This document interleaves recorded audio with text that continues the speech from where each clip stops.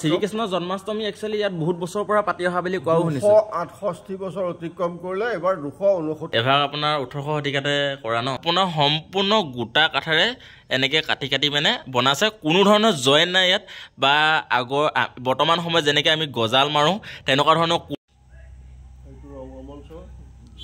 Maximum 1 lakh 1.5 lakh টকা ওপৰত income কৰি আছে আৰু সেই বুকাকে নিবৰ বাবে বহুত দূৰৰ পৰা ব্যক্তি আহে মানে বহুত লোক আহে যিয়ে নেকি মানে অকল সেই বুকাকণ নিবলৈকে আহে বা সেই তিলককণ ল'বলৈকে আহে গুড মৰ্নিং অসমবাসী ৰাইজটো কি খবৰ আপোনালোকৰ আশা ৰাখিছোঁ সকলোৰে ভাল যেহেতু গম পাই আপোনালোকে মই বিশ্বনাথ ঘাট গৈছিলোঁ আৰু তাৰ পৰা কালি ওলাই আহিলোঁ আৰু ওলাই অহা আপোনাৰ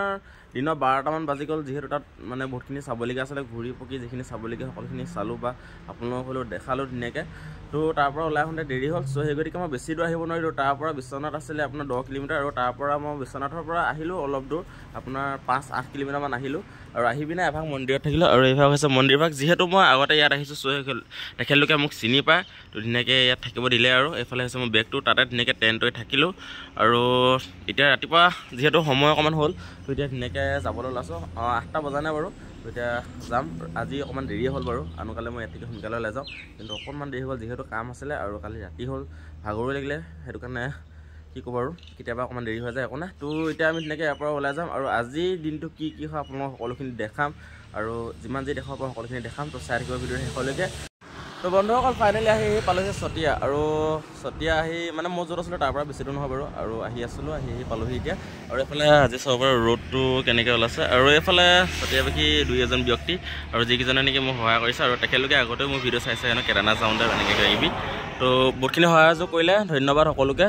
আৰু এতিয়া গৈ আছোঁ আজি চাওঁ কিমান দূৰ যাব পাৰোঁ তো গৈ থাকোঁ এতিয়া তো বন্ধুসকল বহুতে কৈ আছিলে না শংকৰ মন্দিৰ আহিবা বুলি তো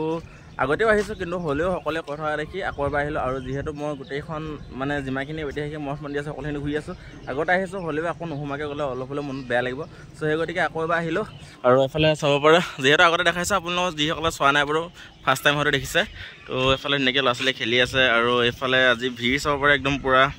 ভিৰ লাগি আছে এফালে গাড়ী দেখিছে কিমান আছে বাইক মানুহ ফালিব নোৱাৰি আছে আৰু কিবা বিয়া হৈ আছে ইয়াত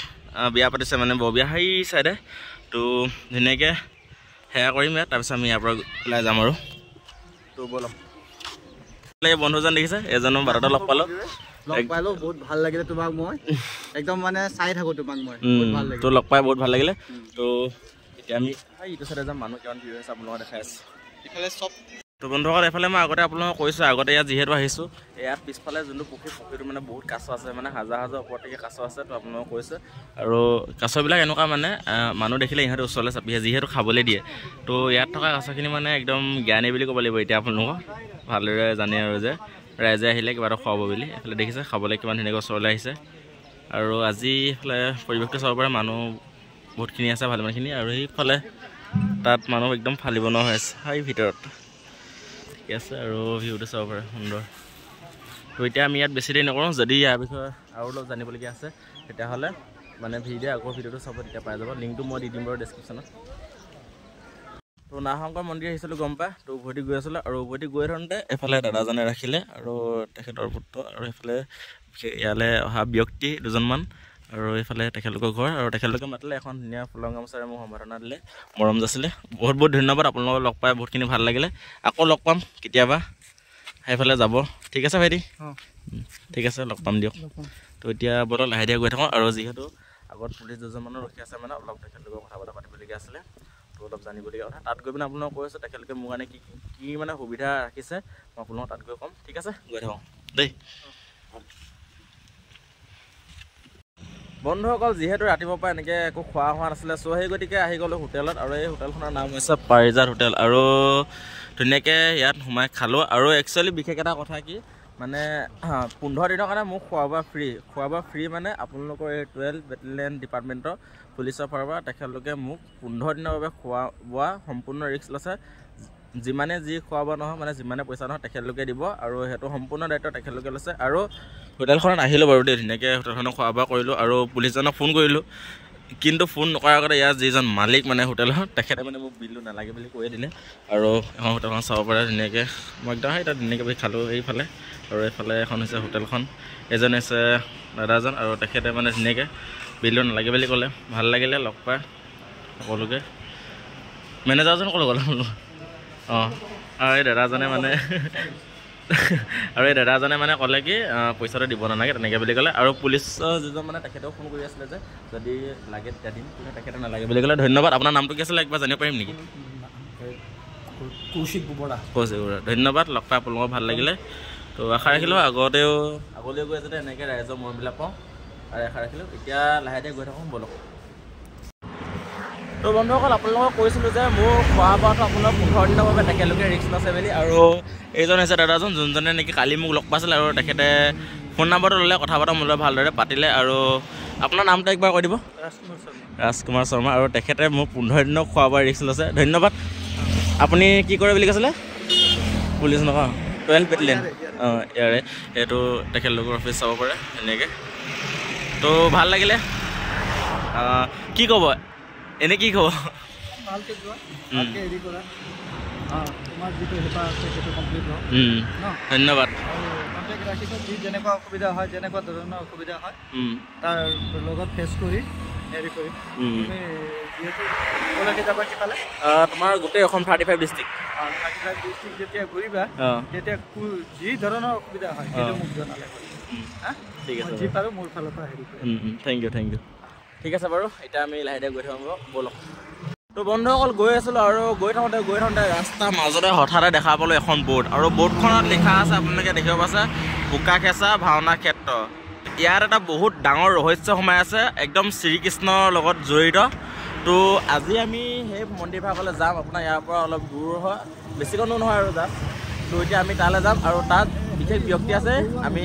তাৰ বিষয়ে সম্পূৰ্ণ জানিবৰ বাবে চেষ্টা কৰিম যিহেতু পাতালৰ চুক বুলি কৈছে পাতাল বুলি ক'লে আৰু সকলোৱে বুজি পাইছে একদম পাতাল বুলি ক'লেতো সকলোৱে বুজি পায় তো এতিয়া আমি ইয়াৰ বিষয়ে অলপ জানিবলৈ চেষ্টা কৰিম আহি সেই বন্ধুসকল ফাইনেলি পাই গ'লেহি এইফালে দেখিছে নামঘৰ ভাগ আৰু এই নামঘৰ ভাগৰ লগত বহুতখিনি কাহিনী জড়িত হৈ আছে হয়তো দেখিবলৈ আপোনালোকে হয়তো আমাৰ গাঁৱতো বহুতখিনি নামঘৰ আছে হয় নাই আপুনি ভাবিছে চাগে আমাৰ গাঁৱতো নামঘৰ আছে এনেকৈ বহুত কাহিনী আছে সেনেকৈ বুলি ভাবিছে কিন্তু তেনেকুৱা নহয় ইয়াত একদম বহুত যুগৰ আগৰ কাহিনী ইয়াত লুকাই আছে তো আজি মই ইয়াত আপোনালোকক লৈ যাম আৰু বিশেষ এজন ব্যক্তিক মই লৈ আহিছোঁ এখন গাঁৱৰে তেখেতে এই সম্পূৰ্ণ কথাখিনি আমাক আজি বুজাই দিব তো তাৰ বাবে আহিছোঁ তো পোনপ্ৰথমে এজনৰ ব্যক্তি দেখাইছোঁ এজন হৈছে তেখেত আৰু তেখেতে আজি এই সকলোখিনি কাহিনী মোক বুজাই ক'ব তো এতিয়া প্ৰথম ভিতৰলৈ যাওঁ ন তো এতিয়া আমি ভিতৰলৈ যাওঁ ব'লক আৰু তাৰপিছত সকলোখিনি কাহিনী আপোনালোকক কৈ আছোঁ একচুৱেলি ইয়াত পাতালৰ যুগৰ মানে হয় নাই পাতালৰ যুগৰ মানে আপোনাৰ বংশৰ যি তেখেতলোক ইয়াত আহিছিলে মানে তো আজি আমি আপোনালোকক ইয়াৰ বিষয়ে ক'ম অলপ আৰু পোনপ্ৰথমে আমি দেখাই দিছোঁ কি সুন্দৰ এভাগ নামঘৰ এনেকৈ বনাই থোৱা আছে আৰু চাৰিওফালে মই আপোনালোকক দেখাম আৰু এইফালে এটা পুখুৰীও আছে এইটো ছাইডত তো আমি ইয়াৰ বিষয়ে সম্পূৰ্ণ তেখেতৰ পৰা জানিম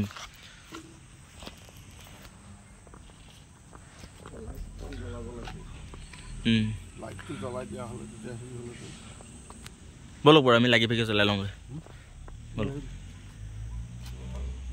এতিয়া একদম মই ভিতৰত আহি গ'লোঁ এইফালে চবৰে সুন্দৰকৈ লাইট জ্বলাই দিলোঁ আৰু পৰিৱেশটো চবৰে কি সুন্দৰ লাগিছে খালি গেটখন এতিয়া বন্ধ কথা জানোবা একো নাই এতিয়া আমি ইয়াৰ বিষয়ে অলপ তেখেতৰ পৰা জানিব চেষ্টা কৰিম আৰু এজন হৈছে ব্যক্তিজন তো পোনপ্ৰথমে আপোনাৰ নামটো কৈ দিব নমস্কাৰ মোৰ নাম শ্ৰী সোমেশ্বৰ ভূঞা হয় হয় মই এই পাতলৰ চুক গাঁওখনৰ গাঁও উন্নয়ন কমিটি এখন আছে আমাৰ হয় গাঁও উন্নয়ন সমিতিৰ মই সম্পাদক সভাপতি গতিকে সভাপতিৰ দায়িত্বত থাকি এই গাঁওখনৰ যিখিনি মানে কাৰ্যকাল আমাৰ 2 বছৰীয়া কাৰ্যকালৰ ইতিমধ্যে আমি যথেষ্টখিনি উন্নয়নমূলক কাম কৰিছোঁ গতিকে এই গাঁওখনৰ ঐতিহ্য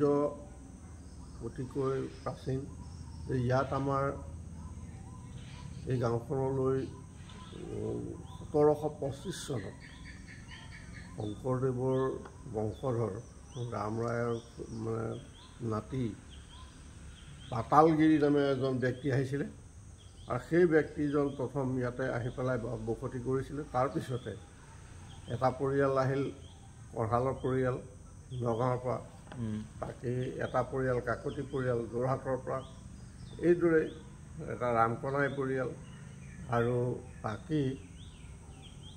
পটীয়া চুবুৰী বা এনেকৈ মানে এটা চুবুৰী পাতি পেলাই ৰাইজে বাস কৰিলে কৰাৰ পিছত সেই 1725 পৰা বুলি এই গাঁওখনৰ এটা বংশাৱলীক্ৰমে গাঁওখনৰ শ্ৰীবৃদ্ধি হ'ল। তাৰপিছত এই আমাৰ নামঘৰৰ পৰা অলপ পশ্চিমলৈ বৰ্তমান নামঘৰৰ পৰা পশ্চিমলৈ এটা নামঘৰ বনালে, বাঁহ খেৰ দি পেলাই নামঘৰ এটা বনালে। সেইটো কয় গেগানী চুক বুলি কৈছিলে। আৰু তাতে প্ৰথম নামঘৰ স্থাপন কৰিছিলে। প্ৰথম নামঘৰ স্থাপন হৈছিলে। তাৰপিছত ইয়ালৈ স্থানান্তৰিত হৈছে 1875 চনত। 1875 চনত ইয়ালৈ নামঘৰ ভাগ স্থানান্তৰ হৈছে। কিন্তু প্ৰথম তাত 17 শতিকাতেই তাত নামঘৰটো আৰম্ভ হৈছিলে। 17 শতিকাত। এতিয়া ইয়াত আমাৰ 17 শতিকা বুলি ক'বলৈ একেবাৰে আপোনাৰ স্বৰ্গদেউসকলৰ 1725 পৰা মানে 25তেই তেখেত আহিছিলে। গতিকে 25ত তেখেত ইয়াত অহাৰ পিছৰ পৰা সেই তাতে যি ঠাইত বহিলে তাতে এটা নামঘৰ বনালে। গুৰুজনৰ নীতি আদৰ্শ সংস্কৃতি ৰক্ষা কৰাৰ উদ্দেশ্যৰে তাতেই নামঘৰ ভাগ নিৰ্মাণ কৰিলে। আৰু তাৰপিছত সেই নামঘৰ ভাগ বাকী অন্য জেগা নগাঁও, যোৰহাট এই যিখিনি বংশাৱলী আহিল সেইসকলৰ সৈতে এখন গাঁও সম্পূৰ্ণ গাঁও হ'ল। গাঁওখনৰ এতিয়া ইতিহাস বুলি ক'বলৈ গ'লে আমাৰ যথেষ্ট লিখিত হেৰি আছে বাৰু। তথাপিতো ইয়াত তেখেতসকলৰ সেই মানে আমাৰ যিখিনি আজোককাহঁত সেইসকলে ইয়াত আমাৰ এভাগ জন্মাষ্টমী, কৃষ্ণৰ জন্মাষ্টমী আৰু নন্দ উৎসৱ, বোকা খেঁচা ভাওনা। হয়, কৃষ্ণৰ লগত বহুতখিনি জড়িত কথা মই বাটতো শুনিছিলোঁ, বা পাতালৰ লোকসকলো ইয়াত আহিছিলে তেনেকৈ বুলি কয়। এই জেগাতে আমাৰ সেইখিনিতে আমি বোকা খেঁচাৰ এটা প্ৰতীক কৰোঁ। আমাৰ এটা মূৰ্তি দেখাব, এতিয়া মই অকণমান দেখাব পৰা হ'লে ভাল পালোঁহেঁতেন, কিন্তু আমাৰ নামঘৰীয়াজন ইতিমধ্যে আহি পোৱা নাই। তেখেত অহা হ'লে এটা চতুৰ্ভুজ আমাৰ কাঠৰে কটা এটা চতুৰ্ভুজ মূৰ্তি আছে। সেই মূৰ্তিটো কিমান বছৰৰ পুৰণা? বহু বছৰ পুৰণি। 1700-1800 শতিকা মানে 1800 শতিকাৰ হ'ব। 1800 শতিকাৰ এটা মূৰ্তি আছে, কাঠ এডাল গোটা কাঠতে চতুৰ্ভুজ মূৰ্তি ভাগ কাটিছিলে। তো মই আপোনালোকক কৈছিলোঁ যে এভাগ মন্দিৰত আপোনালোকক সোমাইছিলোঁ, যেনেকৈ আপোনাৰ মানে বিশ্বনাথ ঘাট গৈছিলোঁ, তাত যেনেকৈ আপোনালোকৰ শিৱদৌল মানে জয়দৌলৰ লগত জড়িত কিছুমান দৌল দেখাইছিলোঁ, ঠিক তেনেধৰণে ইয়াত মূৰ্তি ভাগ আছে। যোনভাগ মূৰ্তি নেকি মানে 1800 শতিকাতে বনাইছিলে, স্বৰ্গদেউ ৰজাসকল তেতিয়া আছিলে বুলি ক'ব পাৰি, হয় নাই বাৰু? 1800 শতিকাতে আছিলে। তো সেইভাগ এতিয়া দেখাব পৰা হ'লে ভাল আছিলে। কেতিয়া আহিব বাৰু? অকণমান দেৰিকৈ হ'লে আহিব মানে। তো যি কি নহওক, আজি মই সেইভাগ আপোনালোকক দেখাইহে যাম, যিহেতু বহুত পুৰণি আৰু তেনেধৰণৰ মূৰ্তি কিছুমান বা কিছুমান আপোনালোকক যদি দেখাব পাওঁ বা মই হ'লেও যদি দেখোঁ বহুতখিনি ভাল লাগিব। যিহেতু মই কালি আপোনালোকক এটা ভিডিঅ' দিছিলোঁ, যোনটো নেকি বান্দৰে বনোৱা মানে আপোনাৰ হেৰি শিৱলিং দেখাইছিলোঁ, ঠিক তেনেদৰে আজি এইভাগ দেখাম আপোনালোকক। তো হঠাতে ঘপককৈ আহিলোঁ, কিন্তু হ'লেও বহুতখিনি কথা জানিব পাৰিলোঁ। আৰু এই পুখুৰী এটা ছাইডত দেখিব পৰা গৈছে। পুখুৰীটো একচুৱেলি কিমান বছৰ হ'ল আপোনাৰ? সেইটো সেই 1800 শতিকা। ইয়াত যেতিয়া নামঘৰ কৰিলে, নামঘৰৰ কাৰণে এই এৰিয়াটো এটা মানে অলপ জলাশয় নিচিনা আছিলে। গতিকে এই মাটিটো চৰকাৰী জলাশয় এটা সময়ত 1800 শতিকাতে। 1875ত যেতিয়া নামঘৰ ভাগি ইয়ালৈ তাৰ পৰা ইয়ালৈ অনাৰ সিদ্ধান্ত কৰিলে, তেতিয়া সেই পুখুৰী ভাগৰ পৰা মাটিটো কিমান বছৰ হ'ব পাৰে মেক্সিমাম? পুখুৰীটো তেতিয়া প্ৰায় 150-200 পাৰ হ'ল। 150 বছৰ ওপৰত বুলি ক'ব পাৰি। 150 বছৰ ইতিমধ্যে পাৰেই হৈছে। তো যিহেতু নৰ্মেলি আমি যদি এটা পুখুৰী খানো বা আমাৰ ঘৰত আমি যদি ঘৰটো বনাওঁ, বৰ্তমান সময়ত মানে চাবলৈ গ'লে 2 বছৰ, 3 বছৰ, 4 বছৰ, 5 বছৰ, 10-15 বছৰ খুব বেছি, 30-40 বছৰ খুব বেছি। কিন্তু এইভাগ পুখুৰী আপোনাৰ চাব গ'লে 200 বছৰ বা 150 বছৰ ওপৰত, মানে 200 বছৰ হ'ল নে ক'ব নোৱাৰিম, কিন্তু 150 বছৰ ওপৰ হৈ গ'ল, সেইটো কনফাৰ্ম। তো ওচৰত গৈ মই ভালদৰে দেখাম, আৰু যদি কিবা কথা জানিবলগীয়া আছে আমি তেখেতৰ পৰা অলপ জানিম। আৰু ইয়াত আমাৰ এভাগ তাতেই আৰম্ভ কৰিছিলে গোপালাতাদেৱৰ শ্ৰীকৃষ্ণৰ জন্মাষ্টমী আৰু শ্ৰীকৃষ্ণৰ জন্মাষ্টমী একচুৱেলি ইয়াত বহুত বছৰৰ পৰা পাতি অহা বুলি কোৱাও শুনিছোঁ। 268 বছৰ অতিক্ৰম কৰিলে, এবাৰ 269 বছৰত ভৰি দিলে। 269 বছৰ এতিয়া ভৰি দিলে। তো জন্মাষ্টমী পাতি আহিছে, কৃষ্ণৰ জন্মাষ্টমী একচুৱেলি ইয়াত এতিয়া 269 বুলি ক'ব পাৰি। 269 বছৰ এবাৰ হ'ব আৰু এই অহা ভাদত 269 বছৰীয়া ভাওনা আমি পাতিম। আৰু এইটো কোনো ধৰণৰ মানে বিৰতি নোহোৱাকৈ কেৱল মাত্ৰ যেতিয়া এই আমাৰ মহামাৰী আহিছিলে, এই মহামাৰী কৰোণা মহামাৰীৰ সময়ত চৰকাৰী নিৰ্দেশ মতে আমি বিৰোধী কৰা নাই, কিন্তু অনুষ্টুপীয়াকৈ হ'লোঁ আমি মানে নামখন গাই মেলি হ'ল, একেবাৰে মানে গোটেইখিনি পৰিষ্কাৰ কৰি পেলাই গাই মেলি চিজিল কৰি থৈছোঁ। এই ভাওনা ভাগ নহ'লে নাপাতিলে গাঁওখনত কিবা অপায়মংগল হয় বুলি পূৰ্বপুৰুষসকলৰ পৰা চলি আহিছে, আৰু সেইকাৰণে মানে পৰম্পৰাভাৱে আমি এই ভাওনা ভাগত আৰু ভাওনা ভাগ অনুষ্ঠিত কৰাৰ ক্ষেত্ৰত আমাৰ গাঁওবাসী সেই আগদিনাৰ পৰাই উপবাসে থাকি একদম সম্পূৰ্ণ নীতি নিয়মেৰে নাটকখনৰ ভাওনাখনৰ নামটো কি আছিলে? শ্ৰীকৃষ্ণৰ জন্মাষ্টমী নন্দ উৎসৱ। পাছদিনা আমাৰ পাছতি হিচাপে নন্দ উৎসৱ পাতোঁ, আৰু সেই নন্দ উৎসৱৰ লগত সংগতি ৰাখি মানে যিহেতু নন্দৰ ঘৰত গৈ মানে বাকী সকলোৱে কিবা কিবি দধি দুগ্ধ ঘিত মধু এইবিলাক সকলোৱে লৈ আহিছিলে। নন্দই ল'ৰা পাইছে বুঢ়া নন্দই, গতিকে তেওঁলোকৰ ঘৰত গৈ পেলাই উৎসৱ হৈছিলে। সেই উৎসৱত যোনে যি আনিছিলে চব কৰি মেলি, আৰু আগদিনাখন দপাল পিঠা বৰষুণ কৃষ্ণৰ জন্মৰ সময়ত, গতিকে সেই বস্তুটো গোটেই নন্দৰ ঘৰ বোকাৰে উপচি পৰিছিলে। লেটি পেটি ল'বলগীয়া ইয়াতো এটা পৰিৱেশ মানে মই সেইটো দেখিছিলোঁ মানে একচুৱেলি আমাৰ ইয়াত সেই প্ৰতীকটো যিটো প্ৰতীক সেইটো হয় মানে ইয়াত একচুৱেলি ইয়াত সেইটো সেই 4 খুঁটা মাৰি পেলাই এই 4 খুঁটা তাত কৰা আছে। সেই গাঁতটোতে আমি মানে তাতে বোকা খেঁচা এটা হেৰি কৰোঁ, আৰু ইয়াৰ পৰা আমাৰ বোকা খেঁচিবৰ কাৰণে হাতে হাতে দধি দুগ্ধ ঘিত মধু আৰু বন্তি প্ৰজ্বলন কৰি চব তালৈ লৈ যাব আবিৰে সৈতে, তাত গোটেই মানে ই কৰি পেলাই সুন্দৰ সকলোৱে মানে শ্ৰীকৃষ্ণৰ জন্ম হওঁতে যেনেকে বোকাত নাচিছিলে ঠিক তেনেদৰে ইয়াতো এনেকে নাচে, নাম গাই সকলোৱে নাচে। তাৰপিছতে সেই বোকা তাত যিটো নামৰ সৈতে যি কেঁচা বোকা, সেই বোকা মানুহে তিলক ল'বৰ কাৰণে দূৰ দূৰণিৰ পৰা মানুহ ইয়ালৈ আহে, আৰু সেইটো আমাৰ এটা পৰিৱেশ মানে এনেকুৱা পৰিৱেশ হয় গোটেই লোকাৰণ্য হৈ যায়। বহুত ব্যক্তি আহে যিসকলে মানে সেই বোকা এনেকে যিখিনি খোৱা যায় নিবলৈকে আহে, মানে এটা আচৰিত কথা হয় নাই বাৰু? আচৰিত কথা। আমি যেনেকে পথাৰত খেতি পথাৰ কৰিলে বোকা হয়, ঠিক তেনেকুৱা নিচিনা শ্ৰীকৃষ্ণৰ জন্ম হ'লে শ্ৰীকৃষ্ণৰ জন্ম হওঁতে মানে সেই বোকা খেল কত সেই শ্ৰীকৃষ্ণৰ জন্ম হওঁতে কৰিছিলে, ঠিক তেনেধৰণে আজিও ইয়াত সেই কামবিলাক চলি আছে বা সেই একেই ধৰণে ইয়াত কৰে। আৰু সেই বোকাকে নিবৰ বাবে বহুত দূৰৰ পৰা ব্যক্তি আহে, মানে বহুত লোক আহে যিয়ে নেকি মানে অকল সেই বোকাকণ নিবলৈকে আহে বা সেই তিলককণ ল'বলৈকে আহে। তো বহুত ভাল লাগিলে এইখিনি কথা জানিবলৈ পায়। আৰু যিহেতু গুৰুজন অহা দেখিছোঁ, হয়তো তেখেতে দৰ্জাখন খুলিব চাগে এতিয়া। এজন নেকি ব্যক্তিজন? তো এতিয়া আমি ভিতৰৰ মূৰ্তিভাগ চাব পাৰিম ন? চাব পাৰিব। এই কাঠৰ যি এয়াও গোটা কাঠত কটা, এই দুভাগ আমাৰ সেই পূৰ্বপুৰুষসকলেই কাটি থৈ যোৱা। কিমান বছৰ হ'ল? বহুত বছৰ এতিয়া, মানে সেই একে সময়ত সেই মূৰ্তিভাগ যেতিয়া 18শ শতিকাতে। বিৰাট আচৰিত কথা। তো বন্ধুসকল, এই মূৰ্তিকেইভাগ দেখিছে আপোনালোকে, এই ভাগ আৰু সেই ভাগ 18শ শতিকাতে বনাই থৈ যোৱা, সেই স্বৰ্গদেউ ৰজা দিনৰে বুলি ক'ব লাগিব, তেতিয়াই বনাই থৈ যোৱা এই দুভাগ মন্দিৰ। আৰু এভাগ আছে যোনভাগ নেকি মই এতিয়া আপোনালোকক এই গেটখন খুলিলে মানে একচুৱেলি দেখাম আপোনালোকক। তো যিসকলে ভিডিঅ'টো চাই আছে কেনেকুৱা পাইছে সকলোৱে ক'ব, আৰু এতিয়া দেখাই আছোঁ আপোনালোকৰ সেইভাগ।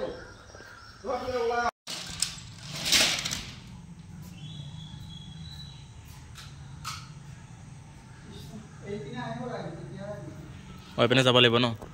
তো এতিয়া আমি ভিতৰৰ সেইভাগ চাবলৈ যাম। কৃষ্ণ দেই,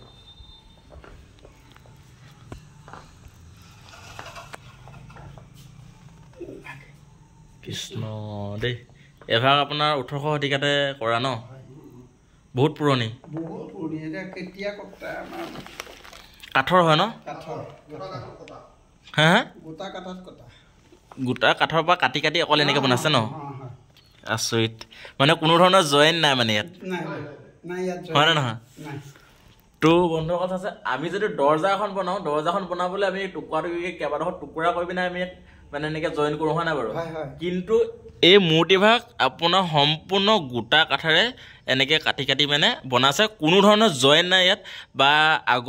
বৰ্তমান সময়ত যেনেকৈ আমি গজাল মাৰোঁ তেনেকুৱা ধৰণৰ কোনো একো নাই, অনলি কাঠে কাটি এনেকৈ বনাইছে ন? আচৰিত। আৰু কি ক'ম আৰু, বহুত ভাল লাগিছে। আপোনালোকৰ একচুৱেলি কেনেকুৱা লাগে মানে এইবাৰ মন্দিৰ? আপোনালোকেতো এতিয়া সদায় পূজা কৰি থাকে, আপোনালোকৰ মনত কেনেকুৱা ভাৱ আহে? মানে আমি এইভাগ আমি যি সময়ত নুলিয়াওঁ আমাৰ অষ্টমী যেতিয়া হ'ব তেতিয়াহে আমি এইভাগ উলিয়াই দিম বা কৃষ্ণ জন্মাষ্টমীৰ দিনা জন্মাষ্টমী যেতিয়া জন্ম হ'ব তেতিয়াহে এইভাগ দৰ্শকক দেখুৱাম কিন্তু এতিয়া তুমি ইমান আঁতৰৰ পৰা আহিছা চাবলৈ আহিছা সেইকাৰণে তোমাক দেখুৱাই দিছো কৃষ্ণ দেই তো যিসকলে দেখি আছে কি ক'ম আৰু আপোনালোকৰ কপাল বুলি ক'ব লাগিব তো যিসকল ব্যক্তিয়ে জনা নাছিলে এতিয়া হয়তো মোৰ দ্বাৰা গম পাইছে আৰু ইয়াত আহিব আৰু এই বিশেষকৈ বেলেগ একো নহ'লেও এই মূৰ্তিভাগ একচুৱেলি আপোনালোকে সেয়া কৰিব লাগিব এবাৰ হ'লেও চাবলৈকে আহিব তো যিহেতু 1800 শতিকা আৰু গোটা কাঠেৰে কাটি কাটি সম্পূৰ্ণ বনোৱা এতিয়া বৰ্তমান সময়ত যেনেকৈ আমি গজাল মাৰি বনোৱা তেনেকুৱা নহয় একচুৱেলি তো আপোনালোকক সকলোকে কৈছোঁ যিধৰণে গজালৰ কোনো নিচান নাই এইভাগ আপোনালোকক একচুৱেলি যেনেধৰণে জইন দি বনোৱা হৈছে তেনেকুৱা নহয় এইভাগ জইন যি এতিয়া বৰ্তমান সময়ত বনোৱা এইভাগ হয় নাই বৰ্তমান সময়ত এইভাগ যেনেকৈ জইন দি বনোৱা আছে তেনেকুৱা নহয় ইয়াত কোনো গজালৰ নিচান নাই তো আৰু এই বাহিৰত যি দুভাগ মূৰ্তি দেখালোঁ আপোনালোকে সেই দুই ভাগতো কোনো ধৰণৰ জইন নাই তো বহুত ভাল লাগিলে কৃষ্ণ দেই কৃষ্ণ কৃষ্ণ এইটো হৈছে পুখুৰী বন্ধুসকল এই পুখুৰীটোৰ পৰা মাছ বেছি মেক্সিমাম 1 লাখ 1.5 লাখ টকাৰ ওপৰত ইনকাম কৰি আছে দেখিছেনে এই পুখুৰীটো 150 বছৰ মেক্সিমাম 150 বছৰ তাত থাকি ওপৰো হ'ব পাৰে কিন্তু মেক্সিমাম 150 বছৰ ওপৰত হৈ গ'ল ভাবি চাওক কিমান পুৰণি হেৰি পুখুৰী কৃষ্ণ দেই ক'ত আহি গ'লোঁ ভগৱান তো একচুৱেলি ভগৱানে লৈ আহিছে বুলি ক'ব লাগিব বাটত মই ঘপককৈ দেখি আহিলোঁ মানে তো মোবাইলতো চোৱা নাছিলোঁ বা জনা নাছিলোঁ কিন্তু ভাল লাগিলে আৰু এতিয়া সন্ধিয়া হৈ গ'ল এতিয়া মই থকা যোগাৰ কৰিবগৈ লাগিব ক'ৰবাত তো ব'লক সোনকালে ইয়াৰ পৰা ওলাই গৈ থাকোঁ এতিয়া কৃষ্ণ দেই তো ইয়াতে সেই বোকা ভাগৰ কথা কৈছিলোঁ যে যোন ভাগ নেকি দূৰৰ পৰা নিবলৈ আহে এইডোখৰতে তেখেতলোকে নাচে বোকা খেতি হয় নাই বাৰু ওপৰত এটা মন্দিৰ বনাই দিয়ে ন তো এইখিনি জেগাখিনি কৃষ্ণ আচৰিত আৰু মন্দিৰটো এক পাক দেখাই দিছে এবাৰ হৈছে মন্দিৰ ভাগ দেখিছে একদম সুন্দৰকৈ বনাই থোৱা আছে